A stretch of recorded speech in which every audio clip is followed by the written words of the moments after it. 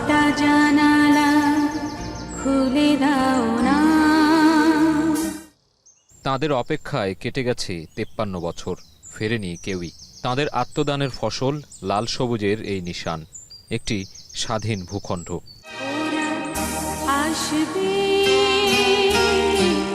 চুপি চুপি বাংলার সূর্য সন্তানদের খুঁজে ফেরার দিনটিতে তাই তো স্মৃতির মিনারে আসা। কুয়াশামাখা ভোর থেকেই স্মরণের এই মিছিলে সামিল শিশু থেকে বৃদ্ধ। ছিল তরুণ প্রজন্মের কান্ডারিরাও। ফুলেল শ্রদ্ধা জানান শহীদদের। তারা তাদের ত্যাগের মাধ্যমে অবশ্য আমাদের জন্য একটা রাস্তা রেখে গেছে যেন আমরা ভবিষ্যতে কিছু করতে পারি। আমরা যে বর্তমান প্রজন্ম আছি, আমরা চাই সামনে আরো সুন্দর করে এটা পালন হোক। আমরা যে তাদের স্মৃতিগুলো আমরা ধরে রাখতে পারি।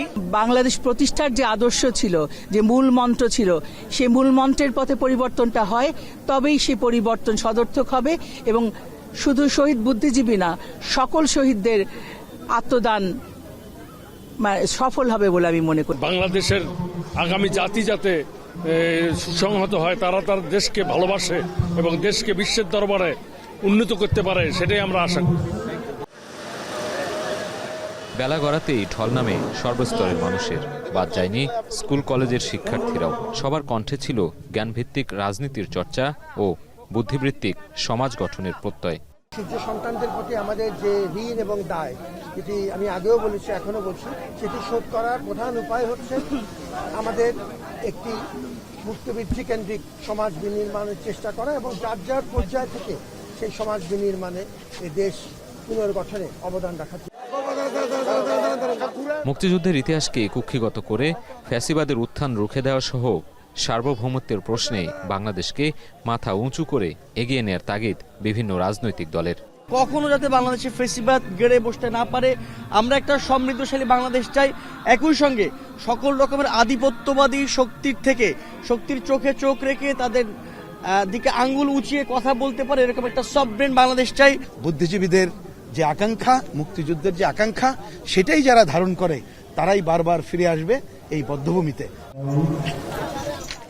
5 দশক পেরিয়ে মুক্তিযোদ্ধাদের সঠিক তালিকা প্রণয়ন আর বিতর্কিত ভুয়া মুক্তিযোদ্ধা চিহ্নিতের আশ্বাস মুক্তিযোদ্ধা উপদেষ্টার। মুক্তিযুদ্ধ করেছে 53 বছর আগে, এখন তো নানা ব্যক্তির নানা পরিচিতি দাঁড়িয়েছে। আমাদের দেখার দরকার 71 সালে যে ভূমিকাটা ছিল সেই ভূমিকা যেন ওইভাবে নির্ণীত হয়। বিজয়ের গান গাওয়ার আগেই লাখো প্রাণের আত্মত্যাগে বাংলার জমিন হয়েছিল রক্তশয্যা। জাতির সূর্য সন্তান শহীদ বুদ্ধিজীবীদের হারানোর যে বেদনাবিধুর স্মৃতি, তাকে সঙ্গী করে নতুন প্রজন্ম নতুন করে বাংলাদেশ গড়ার প্রত্যয় ব্যক্ত করছে। সেই সঙ্গে মহান মুক্তিযুদ্ধকে সমস্ত আধিপত্যবাদের ঊর্ধ্বে রাখারও আহ্বান সবার কণ্ঠে। রায়েরবাজার বুদ্ধিজীবী স্মৃতিসৌধ থেকে সাজিদ আরাফাত, এখন।